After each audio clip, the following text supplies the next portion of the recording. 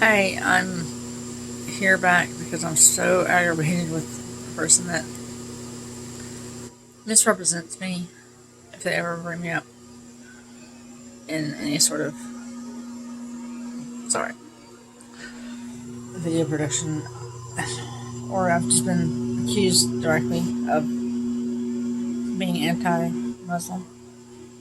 I'm not anti-Muslim, not the people, not the children of God that are human beings and should not be treated wrong. They might have more animosity towards me, and that's one thing I just don't feel towards them. Mistrust is one thing because of their inner beliefs and what I know about the Sharia and the Hadith and the Sirah, which the Hadith and the Sirah are two texts that go hand in hand and glove in hand in glove, and with the theology and the legal system, which comprise Islam. The difference with Islam is that it's somewhat similar to the way the Catholic Church was back that created the American Revolution. Their fist, tight-fisted hold on the population at large.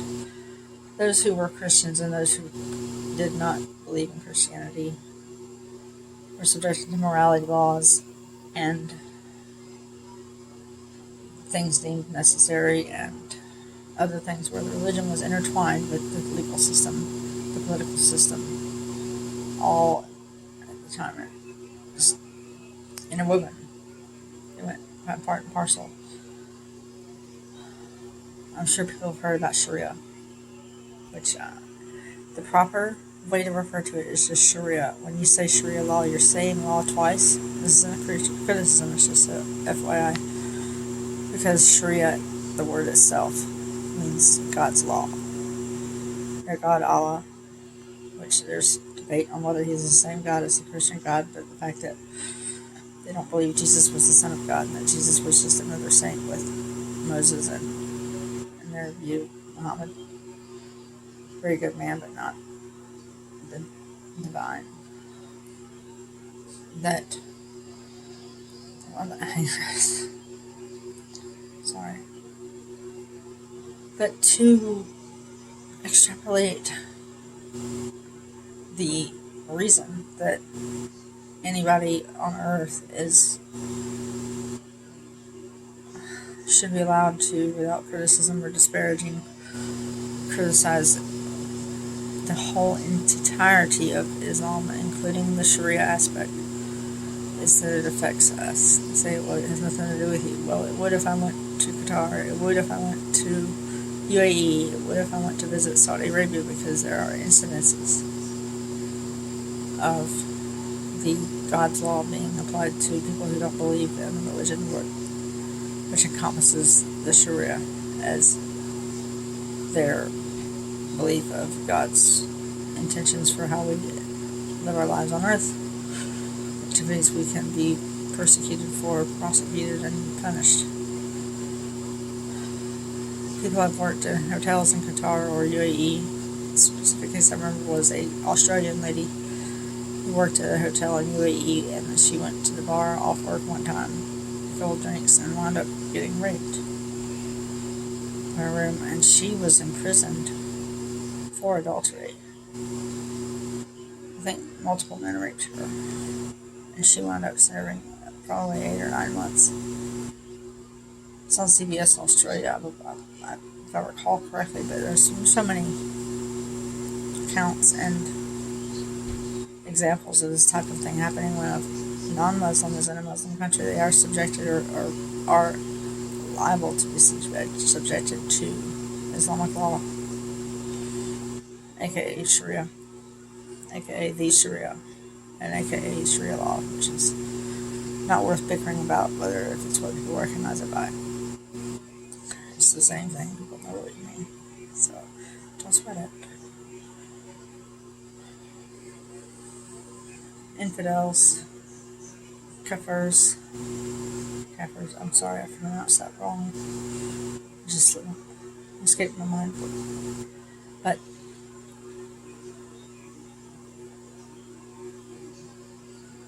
it just is that I was accused of hating Muslims and turning brother against brother. I don't want any person prosecuted for believing that someone should be prosecuted unless they're the ones enforcing it. At least it should be stymied. That I don't hate the people for being people. They don't hate their. Oh, I'm going for jail. I'm sorry, this is so serious. That's why I think that I've never seen enough to be music, but I'm used. I swear I'm not doing it on purpose, but maybe it's for a reason. Better not, yeah. Oh, God, I hate these videos. I'm getting off target so badly because I get really off target. I don't purport to be better than anybody. I'm just as fallible and just as sinful as the next human being. And sin is sin.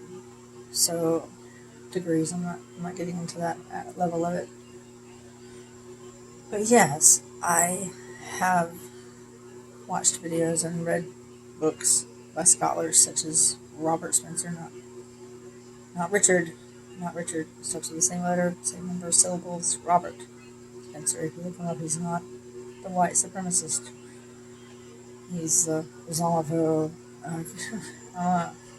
rattlesnake phobe, I'm a grizzly bear phobe, I'm, Ebola phobic. What the hell? It does pose a risk.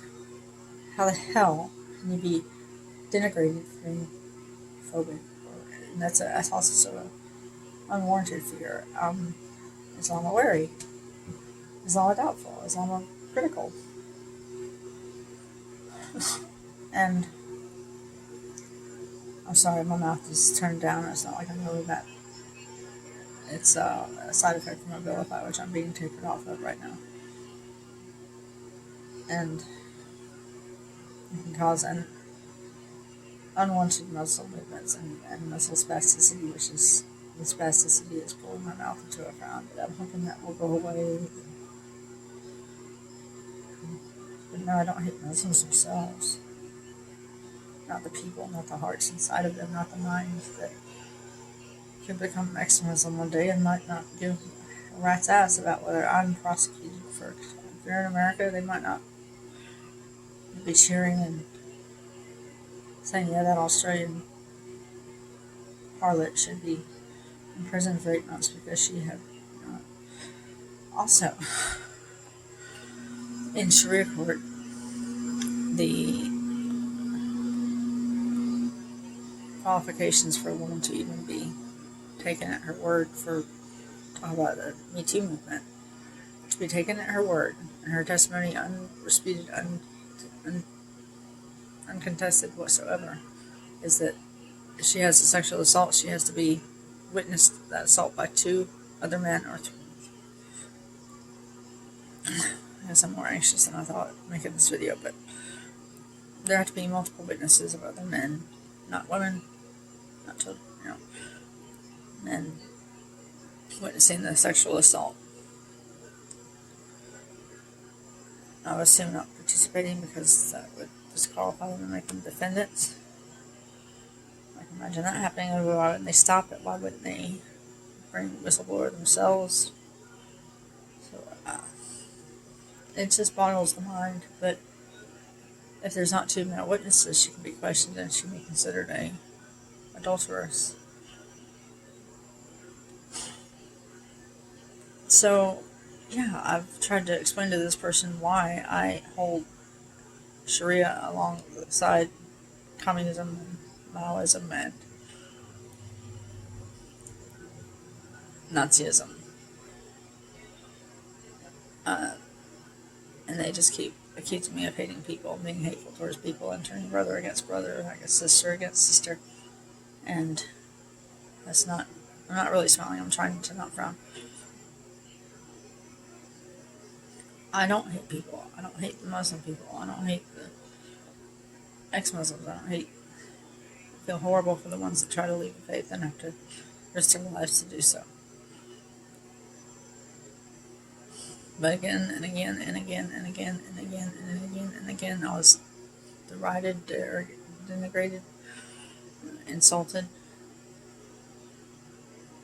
called a zealot, called accused of watching propaganda. No, I don't think actually ex-Muslim Islamic scholars and Christians who grew up in Muslim countries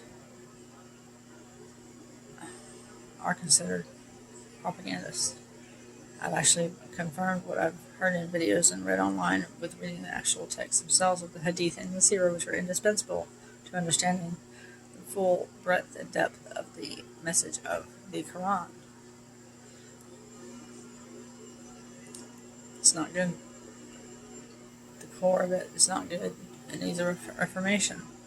But it's like the first rule of Fight Club. That's it. You don't talk about Fight Club. First rule of Islam is you don't change it one letter, one punctuation mark. You don't change it. Look into Islam, the political Islam. See what you think.